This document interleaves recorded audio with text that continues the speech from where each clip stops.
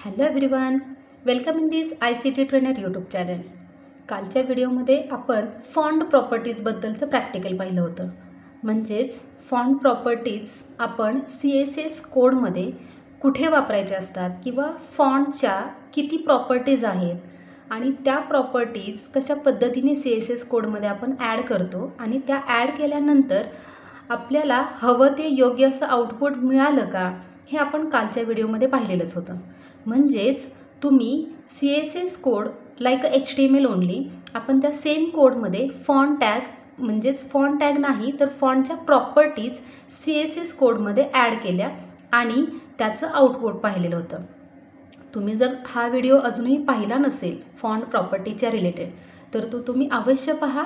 Same तसंच practical तुम्ही घरच्या PC वरती करून पहा, म्हणजे तुम्हाला सेम तसंच आउटपुट मिळेल आणि म्हणजे तुमच्या लक्षात येईल की फॉन्ट प्रॉपर्टीज आपण नक्की कुठे वापरतो आणि त्याचा आउटपुट कशा पद्धतीने मिळते.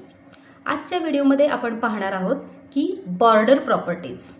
बॉर्डर प्रॉपर्टीज म्हणजे काय, जर तुम्ही एखादं वेबपेज क्रिएट केलं CSS विथ HTMLचा कोड यूज करून तर त्या वेबपेजला आपण कशा पद्धतीने बॉर्डर स्टाईल अप्लाय करू शकतो किंवा बॉर्डरची विड्थ कशा पद्धतीने वाढवू शकतो किंवा ती जी काही बॉर्डर आपण अप्लाय करणार आहे वेबपेजला त्याचा कलर स्टाईल आणि विड्थ कशा पद्धतीने आपण चेंज करणार आहोत याची माहिती आपणाला आजच्या व्हिडिओमध्ये मिळणार आहे.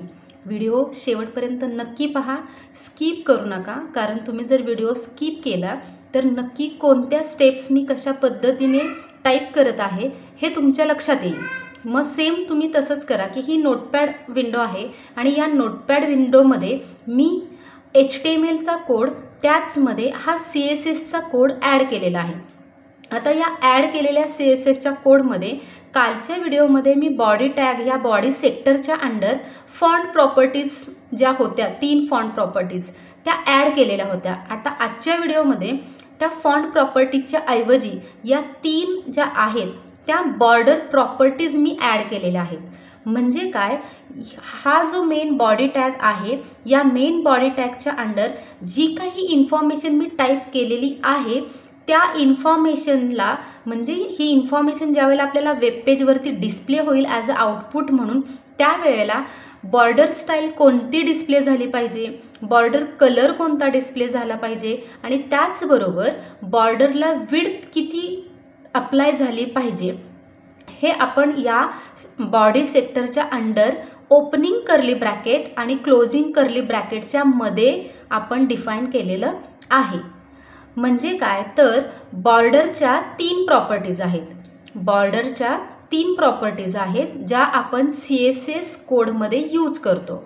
इथे आहे बॉर्डर स्टाईल, म्हणजे तुम्हाला वेबपेजला कोणत्या पद्धतीची बॉर्डर स्टाईल अप्लाय करायची आहे, म्हणजे ती सॉलिड हवी आहे, डॉटेड हवी आहे, डबल लाईन हवी आहे की अजून कोणती हवी आहे, त्याचे जे टाईप्स आहेत ते तुम्ही बॉर्डर स्टाईल ही प्रॉपर्टी इथे हा कोलन टाईप करायचा आणि कोलन नंतर त्याची व्हॅल्यू म्हणजे तुम्हाला कोणती लाईन ॲज अ बॉर्डर म्हणून दिसली पाहिजे ते इथे टाईप करा. इथे मी सॉलिड टाईप केलेला आहे आणि एंड विथ सेमीकोलन.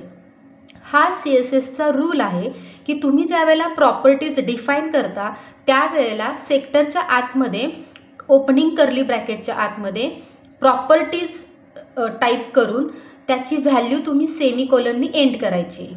नंतर तुम्ही ही तिसरी प्रॉपर्टी मी यूज केलेली आहे बॉर्डर विड्थ, म्हणजे तुम्हाला त्या बॉर्डरला म्हणजे thickness of the width line किंवा ती बॉर्डर तुम्हाला किती हवी आहे ते इथे तुम्ही पिक्सेलमध्ये डिफाईन करायचं आहे आणि एंड विथ सेमीकोलन द्यायचा. तर हा असा पूर्ण झाला. स्टाईल टॅगमध्येच मी बॉर्डर प्रॉपर्टीज डिफाईन केलेल्या आहेत. तुम्ही पाहू शकता मी बॉडी टॅगमध्ये काहीही डिफाईन केलेलं नाही. बॉर्डर तुम्हाला कोणती हवी या सेक्शनमध्ये मी काहीही डिफाईन केलेलं नाही. CSS कोडमध्ये या टॉपलाच आपण इथे सेक्टरच्या अंडर स्टाईल टॅगच्या मध्ये आपल्याला त्या प्रॉपर्टीज डिफाईन कराव्या लागतात, हे नेहमी लक्षात ठेवा. आणि त्याच्यानंतर तुम्ही स्टाईल टॅग एंड झाल्यानंतर हेड टॅग एंड करा आणि बॉडी टॅग स्टार्ट करायचा आणि मग तुम्हाला जे काही कंटेंट जो काही फॉर्मॅट यूज करायचा आहे ते या बॉडी टॅगच्या अंडर तुम्ही टाईप करू शकता. बॉडी टॅग एंड केलेला आहे शेवटी आणि HTML टॅग इथे एंड केलेला आहे. ॲक्च्युली हे स्टँडर्ड 8ला पण आहे, 8, 9, 10 ॲज वेल ॲज 11वी 12वीच्या मुलांनासुद्धा हे आहे. इवन तुम्ही जर कोणती प्रोग्रॅमिंग लँग्वेज जर शिकणार असाल CSS वगैरे तर त्याचाच हा एक बेसिक पार्ट आहे. त्यामुळे तुम्ही आत्ता जर या बेसिक गोष्टी जर समजून घेतल्यात तर पुढे ॲक्च्युअल मेन CSS प्रोग्रॅमिंग लँग्वेजच्या वेळेला तुम्हाला प्रॉब्लेम येणार नाही. सो 8 स्टँडर्डपासून पुढे सर्वच मुलांना हे अतिशय उपयुक्त आहे. आता मी ही पूर्ण कोडिंगची फाईल माझी रेडी आहे. ही फाईल कशा पद्धतीने आपण सेव्ह करतो, ज्या पद्धतीने आपण HTMLची फाईल सेव्ह करतो त्याच पद्धतीने आपण ही CSS विथ HTMLची फाईलसुद्धा सेव्ह करायची असते. आता ही मी फाईल तुम्हाला सेव्ह करून दाखवते. फाईल आणि सेव्ह ॲज, मी कोणता ऑप्शन सिलेक्ट करत आहे, सेव्ह ॲज. सेव्ह ॲजवरती क्लिक केल्याबरोबर save as dialog box open होईल. यामध्ये तुम्ही C ड्राईव्हमध्ये तुमची फाईल सेव्ह करायची नाही. तुम्ही D ड्राईव्ह, C ड्राईव्ह सोडून DE कोणत्या लोकल डिस्क तुमच्या PC मध्ये आहेत, D असतील, E आहे, F आहे, मग D ड्राईव्ह मी सिलेक्ट करते आणि इथे फाईल नेमच्या इथे .txt बाय डिफॉल्ट दिसत आहे ते तुम्ही बॅकस्पेसनी ते इरेज करा आणि तुमच्या फाईलला नाव द्या. आता मी या फाईलला बॉर्डर प्रॉपर्टी असं नाव देते. Border property .html. मी काय नाव दिलेलं आहे या फाईलला, बॉर्डर प्रॉपर्टी .html. आता ही फाईल माझी मी सेव्ह करते. आता तुमच्या लक्षात येईल इथे बॉर्डर प्रॉपर्टी हे नाव दिसत आहे, म्हणजे ही माझी फाईल आता सेव्ह झालेली आहे.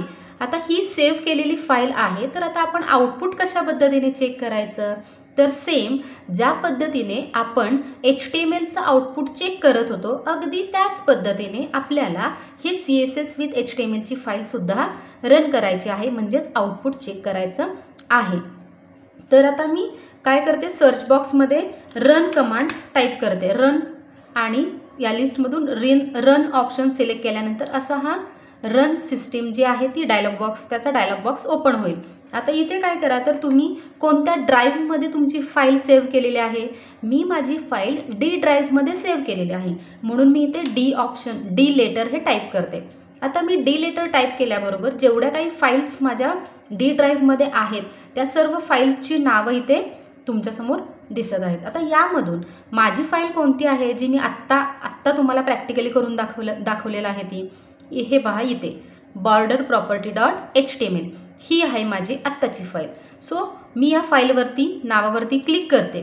याच्यावरती क्लिक केल्याबरोबर ते नाव या ओपन टेक्स्ट बॉक्सच्या मध्ये दिसत आहे. आता यामध्ये ओके या ऑप्शनवरती क्लिक करा.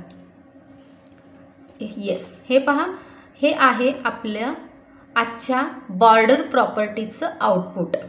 बॉर्डर रेड कलरमध्ये दिसत आहे, विड्थ पण त्याची ब्रॉड जरा आहे आणि कलर त्याचा रेड आहे, हे तुम्ही पाहू शकता.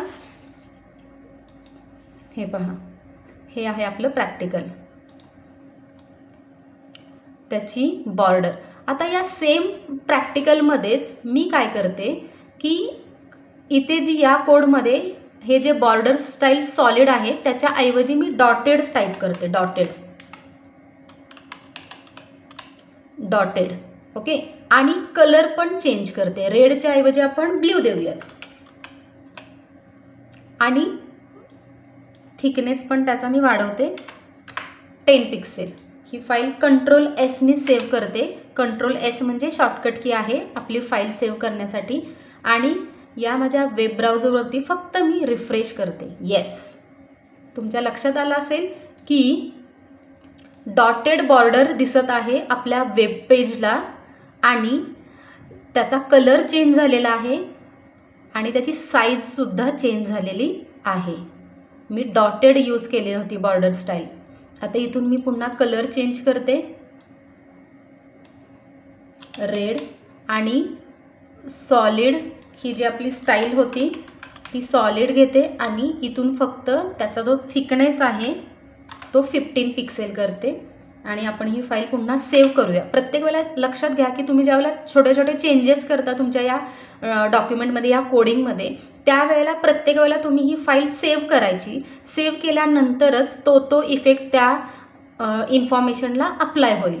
आता मी पुन्हा बॉर्डर स्टाईल चेंज केलेली आहे, बॉर्डर कलरही चेंज केलेला आहे आणि आता मी फक्त माझ्या वेब ब्राउझरवरती येऊन फक्त रिफ्रेश करते. येस, तुमच्या लक्षात आलं असेल की ज्या पद्धतीने मी बॉर्डर स्टाईल चेंज केली, ज्या पद्धतीने मी बॉर्डरचा कलर चेंज केला किंवा ज्या पद्धतीने मी बॉर्डरची विड्थ चेंज केली आहे, त्याच पद्धतीने बॉर्डर ही आपल्याला वेब ब्राउझरला और वेब पेजला अप्लाय झालेले दिसत आहे. अशा पद्धतीने तुम्ही तुमच्या वेब पेजला बॉर्डर अप्लाय करू शकता. त्याचा थिकनेस, जे बॉर्डरची जी विड्थ आहे ती वाढवू शकता. बॉर्डरची जो कलर आहे बॉर्डरचा तोही तुम्ही चेंज करू शकता. ग्रीन, आता ग्रीन टाईप केल्यानंतर मी सेव्ह करते, Ctrl+S आणि नंतर फक्त माझ्या वेब ब्राउझरला येऊन जे वेब पेज ओपन झालेलं आहे त्याला मी रिफ्रेश करते. रिफ्रेश केल्याबरोबर जो कलर आहे तो कलर इथे चेंज झालेला आपल्याला दिसत आहे. तर अशा पद्धतीने या CSS कोडमध्ये मी तुम्हाला आज फॉन्ट प्रॉपर्टीजच्या नंतर ज्या बॉर्डर प्रॉपर्टीज आहेत त्या एक्सप्लेन केलेल्या आहेत. या अगोदर मी तुम्हाला CSSच्या रिलेटेड टेक्स्ट प्रॉपर्टीज आणि फॉन्ट प्रॉपर्टीज, टेक्स्टच्या सुद्धा 3 प्रॉपर्टीज आहेत आणि फॉन्टच्या सुद्धा 3 प्रॉपर्टीज आहेत, त्या मी प्रॅक्टिकली अप्लाय करून दाखवलेल्या आहेत. आणि आज आपण जे पाहिलेलं आहे ते बॉर्डरच्या प्रॉपर्टीज, म्हणजे आपण कशा पद्धतीने आपल्या वेब पेजला बॉर्डर अप्लाय करू शकतो अलॉंग विथ विड्थ, स्टाईल आणि कलर.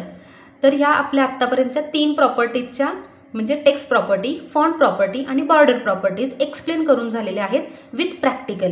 तुम्ही ह्या 3ही प्रॉपर्टीज प्रॅक्टिकली घरी नक्की करून बघा, म्हणजे तुम्हाला स्टेप बाय स्टेप तुमच्या स्टेप्स पूर्ण कंप्लीट झाल्यानंतर तुम्ही मी ज्या पद्धतीने फाईल सेव्ह करून रन केलेली आहे त्याच पद्धतीने ती फाईल तुम्ही सेव्ह करून रन करा.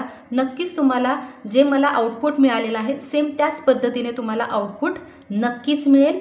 त्यामुळे ज्या काही स्टेप्स, जो काही सिंटॅक्स आहे, जो काही रूल आहे तो तुम्ही योग्य पद्धतीने फॉलो करा. एकही मिस्टेक करू नका, सिली मिस्टेक अजिबात करू नका. म्हणजे जिथे कोलन आहे तिथे कोलन द्या, जिथे सेमीकोलन आहे तिथे सेमीकोलन द्या, म्हणजे तुम्हाला विदाउट एरर आउटपुट मिळून जाईल. तर हे प्रॅक्टिकल तुम्ही नक्की करून पहा. तुम्हाला जर योग्य आउटपुट मिळालं तर कमेंटद्वारे नक्की कळवा. हा व्हिडिओ कसा वाटला तेही कमेंटद्वारे कळवा. व्हिडिओला लाईक करा, शेअर करा आणि जर तुम्ही या ICT ट्रेनर या यूट्यूब चॅनलवरती जर नवीन असाल तर या ICT ट्रेनर यूट्यूब चॅनलला सबस्क्राईब करायला विसरू नका. थँक्यू.